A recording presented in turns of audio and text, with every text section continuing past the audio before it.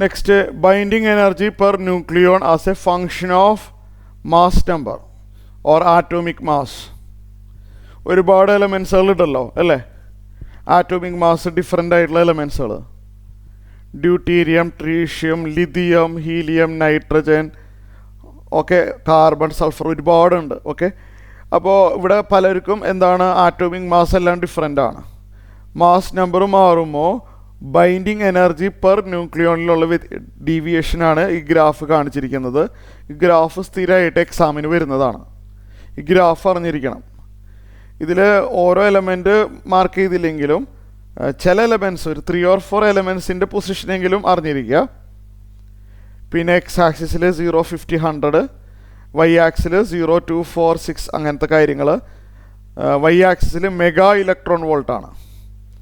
Y axis represents binding energy per nucleon. ഈ graph binding energy per nucleon versus atomic mass ആണ്. Atomic mass മാറുമ്പോൾ binding energy per ന്യൂക്ലിയോൺസും വ്യത്യാസം വരും. ഈ ഗ്രാഫ് വളരെ വളരെ ഇമ്പോർട്ടൻ്റ് ആണ്. അപ്പോൾ maximum binding energy per nucleon വരുന്നത് അയൺ ആണ്. അയൺ 56 ആണ്. കണ്ടാൽ അറിയാമല്ലോ, അതൊന്ന് നോട്ട് ചെയ്യാം. പിന്നെ ഇവിടെ ഒരു കാര്യം ശ്രദ്ധിക്കേണ്ടത്, ഇതിൽ നിന്ന് വരുന്ന കുറച്ച് ഒബ്സർവേഷൻസുകൾ പറഞ്ഞുതരാം, അത് അറിഞ്ഞിരിക്കണം. പിന്നീട് ന്യൂക്ലിയർ ഫ്യൂഷൻ പഠിക്കുന്ന സമയത്ത് അത് ഹെൽപ്ഫുള്ളായിരിക്കും. അതായത് ഇവിടെ നോക്കി, ഇവിടെ എന്താണെന്ന് വെച്ചാൽ ശ്രദ്ധിച്ചിരിക്കണം.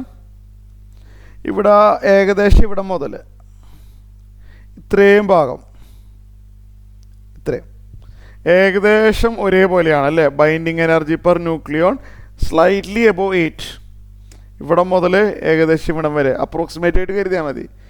ഏകദേശം ഒരു ഹൊറിസോണ്ടൽ ലൈനാണ് ഏകദേശം അല്ലേ? അപ്പോൾ ഇത് ഏകദേശം 30 മുതൽ സ്റ്റാർട്ട് ചെയ്യും. 30 മുതൽ ഒരു 170 വരെ ബൈൻഡിങ് എനർജി പെർ ന്യൂക്ലിയോൺ ഏകദേശം കോൺസ്റ്റൻ്റ് ആണ്, ഓർ മാക്സിമം ആണ് അല്ലേ? ഹയസ്റ്റ് ആണ്, ശരിയല്ലേ? ബാക്കിയുള്ളതൊക്കെ 30നേക്കാളും കുറവും അല്ലെങ്കിൽ 170നേക്കാളും കൂടുതലൊക്കെ വരുമ്പോൾ കണ്ടില്ലേ, ബൈൻഡിങ് എനർജി കുറഞ്ഞു വരികയാണ്. അപ്പം ഇങ്ങനത്തെ ആൾക്കാർ കുറേ കൂടി സ്റ്റേബിളാണ്. മനസ്സിലായല്ലോ? ഇങ്ങനത്തെ എലമെൻസുകൾ ബൈൻഡിങ് എനർജി സ്ട്രോങ് ആകുമ്പോൾ അത്രത്തോളം സ്ട്രോങ് ആയിട്ടാണ് ന്യൂക്ലിയോൺസിനെ ഹോൾഡ് ചെയ്ത് വെച്ചിരിക്കുന്നത്. അപ്പോൾ അത് ഭയങ്കര സ്റ്റേബിളാണ്, മോർ സ്റ്റേബിളാണ്.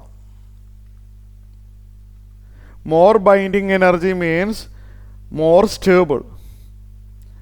അപ്പോൾ ന്യൂക്ലിയർ റിയാക്ഷൻസ് ഒക്കെ നടക്കുമ്പോൾ ശ്രദ്ധിക്കണം, ലൈറ്റ് ന്യൂക്ലിയസ് ആണ് ഇതൊക്കെ അല്ലേ? ആറ്റോമിക് മാസ് കുറവുള്ള ന്യൂക്ലിയസുകളാണ് ഇതൊക്കെ ഈ ലെഫ്റ്റ് സൈഡിൽ കാണിച്ചിരിക്കുന്നത്. ഇതെല്ലാം ജോയിൻ ചെയ്താൽ ഇതേപോലെ സ്റ്റേബിൾ ആയിട്ടുള്ള ന്യൂക്ലിയസ് കിട്ടും.